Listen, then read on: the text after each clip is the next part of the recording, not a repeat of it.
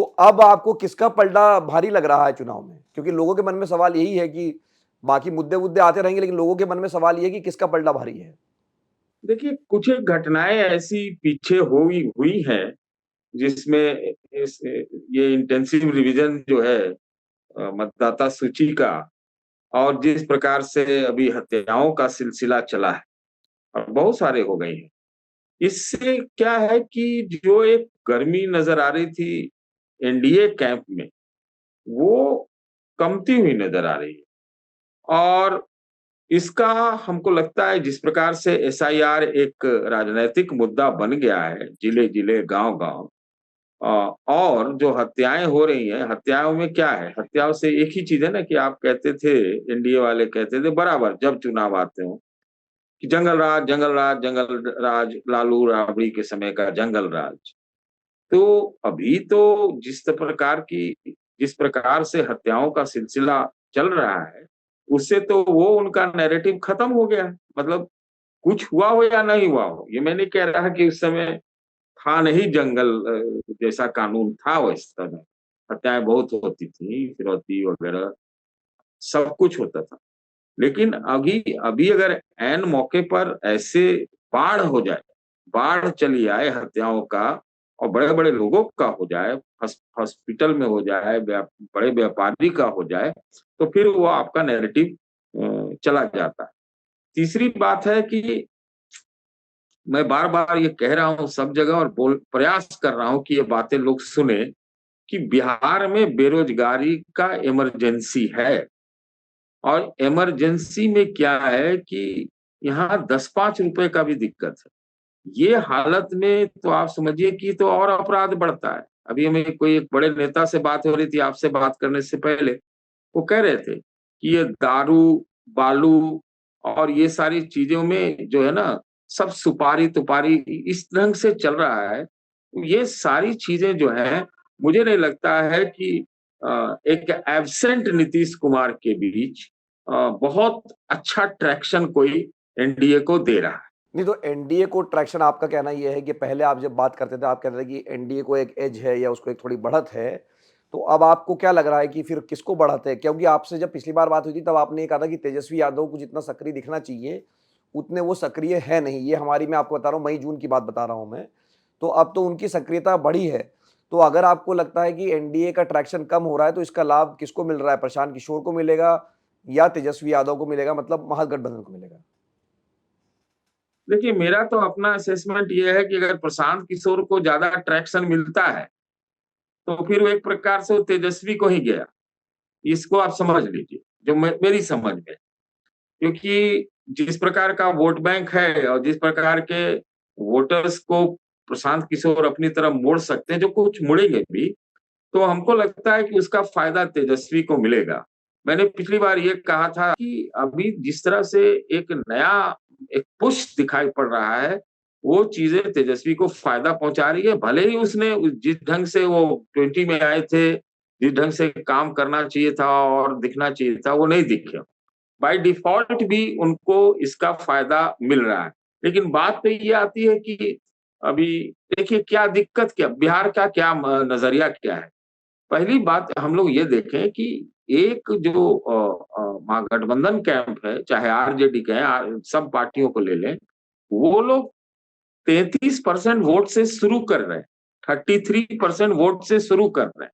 ये मेरा अपना असेसमेंट जी। कि भाई मुसलमान यादव तो दोनों मिलाएंगे तो 30% हो जाते हैं। वहां से तो वो शुरू कर रहे हैं। प्लस जो कांग्रेस पार्टी की तरफ से कम इतना तो हम जरूर कहेंगे कि कोई दलित वर्ग का वोट, या कुछ एक जो परंपरागत कुछ कांग्रेसी वोट रहे हैं, ये सब मिलजुल के इनको एक एडवांटेज दे रहा है, इसमें से कहीं कोई शक नहीं। अच्छा, तीसरी बात एक और कहना चाहते हैं कि भाई एसआईआर है, भाई करिए ना, पूरे देश में करिए। मैं व्यक्तिगत रूप से भी समझता हूँ कि ठीक है, जो बाहरी कोई मतदाता है, और है भी, ऐसा भी नहीं है कि नहीं है, उनको निकालिए, उनकी पहचान कीजिए, उनको हटाइए, वो सब चाहिए। लेकिन जिस देश में 14 साल से जनगणना नहीं हुई हो, जिसमें जाति की गणना भी अलाउ हो गई हो, उसके बीच में एक मतदाता सूची आ गया शायद मार्च में, तो अचानक से अभी 25 रोज में करने की क्या आवश्यकता थी? आप पूरे देश में करिए ना, एक साथ करिए ना, सब, वो भी बिहार के चुनाव से ठीक पहले आपने इतने कम अवधि में कराया। हो सकता है आप कर भी ले, मैं नहीं कह रहा कि जो कर रहे हैं वो गलत है, वो भी मैं नहीं कहता क्योंकि मेरे पास साक्ष्य नहीं। लेकिन ये जिस तरह से सुप्रीम कोर्ट ने सवाल उठाए हैं, 3 बिंदुओं पे उन्होंने जवाब मांगा है कि क्या आपका अधिकार है, अधिकार क्षेत्र की बात, टाइमिंग का सवाल और जो तौर तरीके हैं उसका, ये तीनों सवाल करना भी एक बहुत बड़ी टिप्पणी होती है। सवाल उनसे सवाल पूछा, जवाब पूछा गया चुनाव आयोग से। तो ये अचानक से, आप अगर परिचित हो तो नहीं हम जानते, लेकिन ये बिहार में समय जो है, बिहार की जीवन रेखा वाला समय होता है, सावन का महीना, जी। सावन भादो, क्योंकि यहाँ पर रोपनी होती है, धान बोया जाता है और यही समय बाढ़ का भी होता है।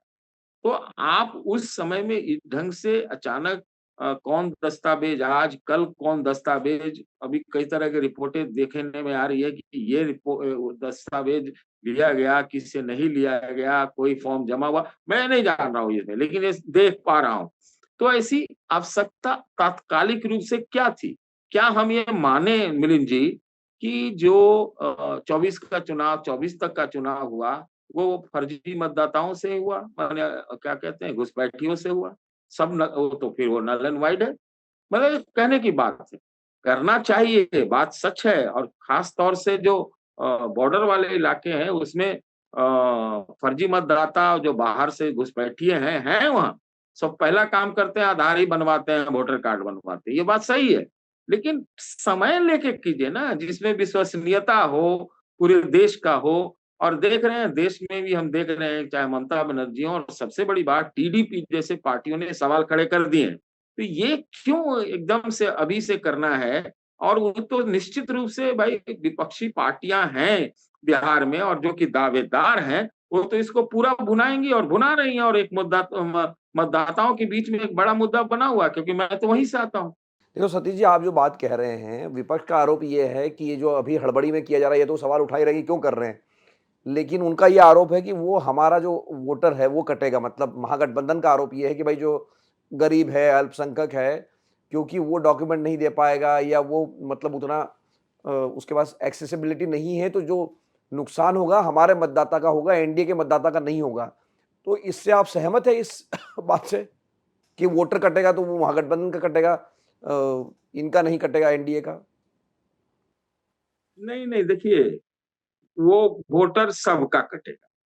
ये सही बात है कि आप किस विश्वसनीयता से, किस पारदर्शिता से वोटर लिस्ट में काम करते हैं, इस पर निर्भर करेगा।